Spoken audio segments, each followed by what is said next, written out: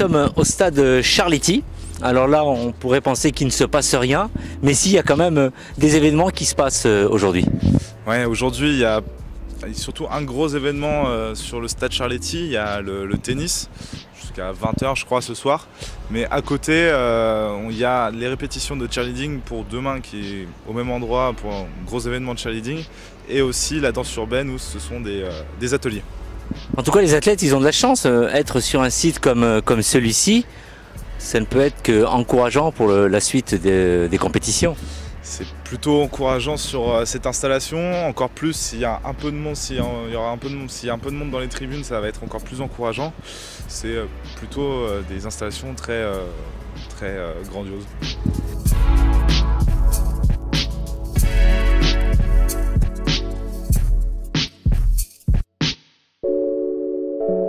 Du coup, ça fait combien de temps que tu es dans l'organisation des Gay Games ?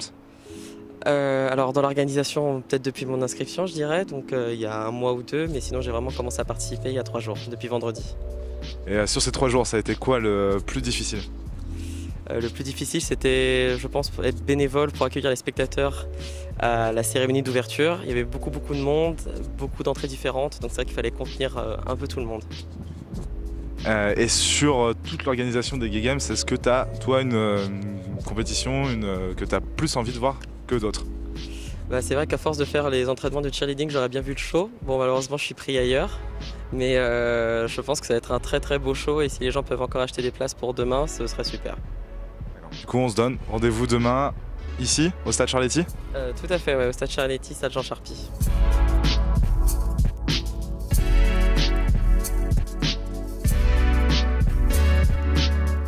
Je suis avec Jean-Pierre des Fontrunners, club d'athlétisme de Paris. Bonjour. Bonjour.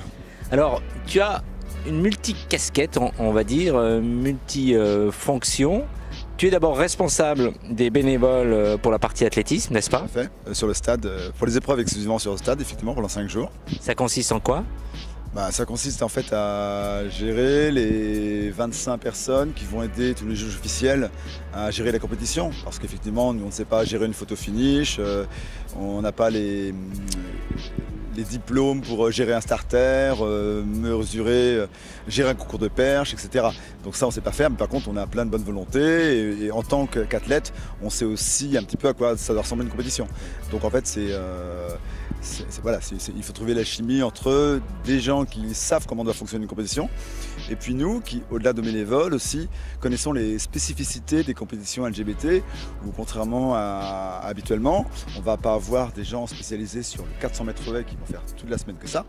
Nous, on va avoir des personnes qui vont faire 5 épreuves, 10 épreuves, 12 épreuves. Donc il faut trouver la flexibilité nécessaire pour qu'on puisse faire un 800 mètres et puis dans la demi-heure ensuite enchaîner sur des sauts parce qu'on peut faire un peu de tout et qu'on prend du plaisir, on aime être sur la piste, on aime sur... Voilà.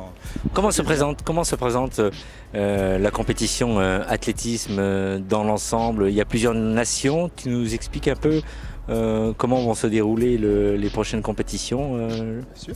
Alors, en fait, j'ai un peu de recul sur la chose parce qu'en fait, ce sont mes 6e Gay Games. Donc, je peux te dire que la compétition d'athlétisme se présente très bien. Parce qu'en fait, pour moi, c'est la première fois depuis Sydney que la compétition d'athlétisme va avoir cette densité-là. C'est-à-dire qu'il va y avoir vraiment des compétitions vraiment intéressantes dans beaucoup de catégories d'âge. Pour prendre un exemple, il va y avoir une trentaine d'inscrits sur le 400 mètres pour les 35-39 ans. Il va y avoir même 15-16 inscrits chez les 60 ans sur le 800 mètres. C'est pour dire qu'il y a du monde, quoi. Alors, les compétitions féminines sont toujours un petit peu moins denses, mais malgré tout par rapport aux dernières compétitions comparables, au moins il y a un certain nombre de compétitrices.